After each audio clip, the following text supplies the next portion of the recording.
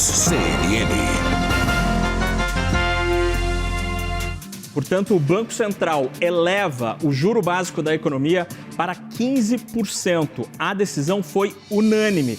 Todos os diretores votaram pela elevação de 0,25 ponto. E aí eu trago um trecho do comunicado aqui em tela para vocês que o Banco Central destaca: em se confirmando o cenário esperado, o comitê antecipa uma interrupção no ciclo de alta dos juros para examinar os impactos acumulados do ajuste já realizado. Portanto, o Banco Central eleva o juro de maneira unânime e indica a interrupção do ciclo de alta da taxa Selic. Segundo o BC, esta pausa servirá para entender os impactos do aperto monetário já realizado até agora.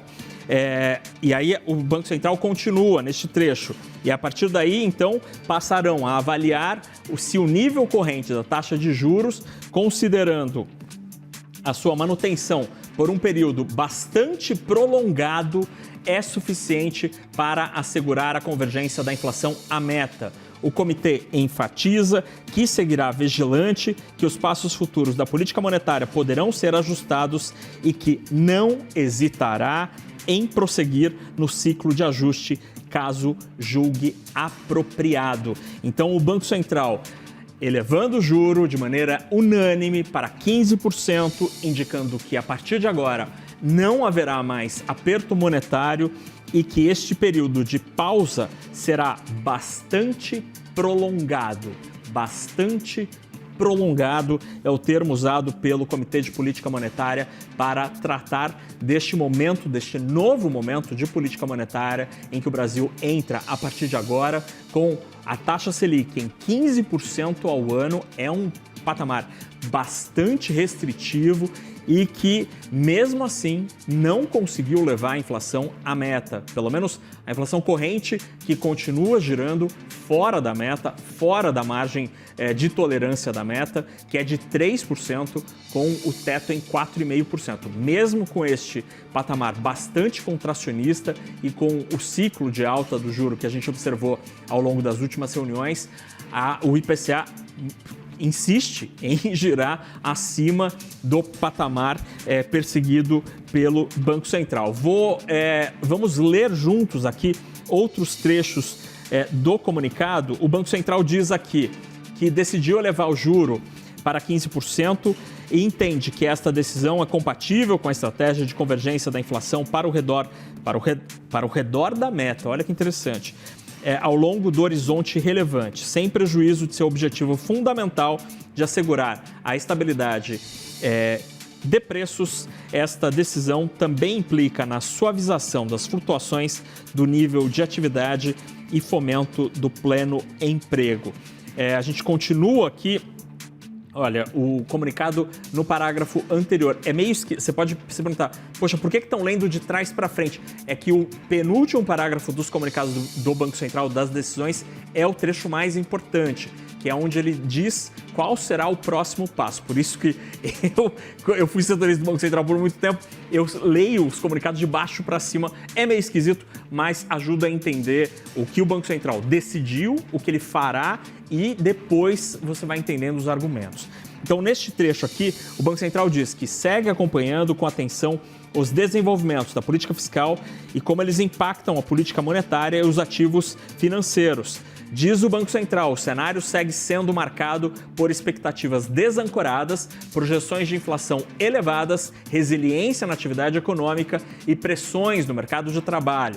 Para assegurar a convergência da inflação à meta em um ambiente de expectativas desancoradas, exige-se uma política monetária em patamar significativamente contracionista por período bastante prolongado.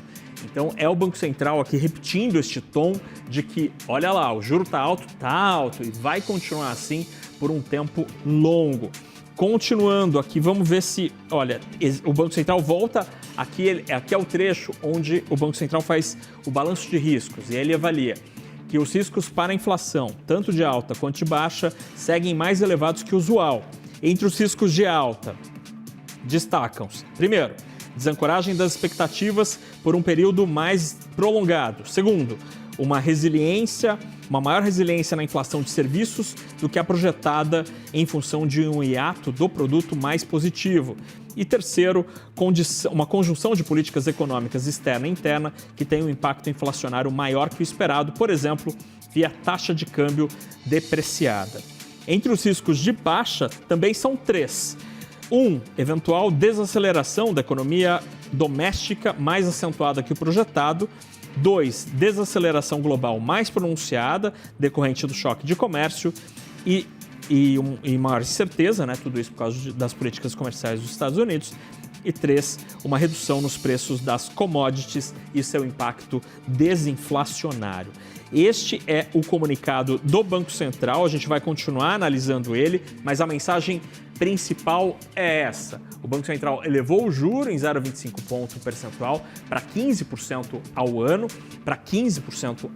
A decisão foi unânime e o Banco Central indica que a partir de agora o juro seguirá estável, paradinho em 15% por um período, vou até destacar aqui, por um período bastante prolongado, de juro em 15%. Segundo o Banco Central, isso será necessário e suficiente para assegurar a convergência da inflação à meta. Este é o recado dado pelo Banco Central, que não decidiu conforme a maioria do mercado financeiro. A maioria do mercado financeiro previa estabilidade, mas uma parte não desprezível do mercado acreditava sim que haveria este último movimento de alta.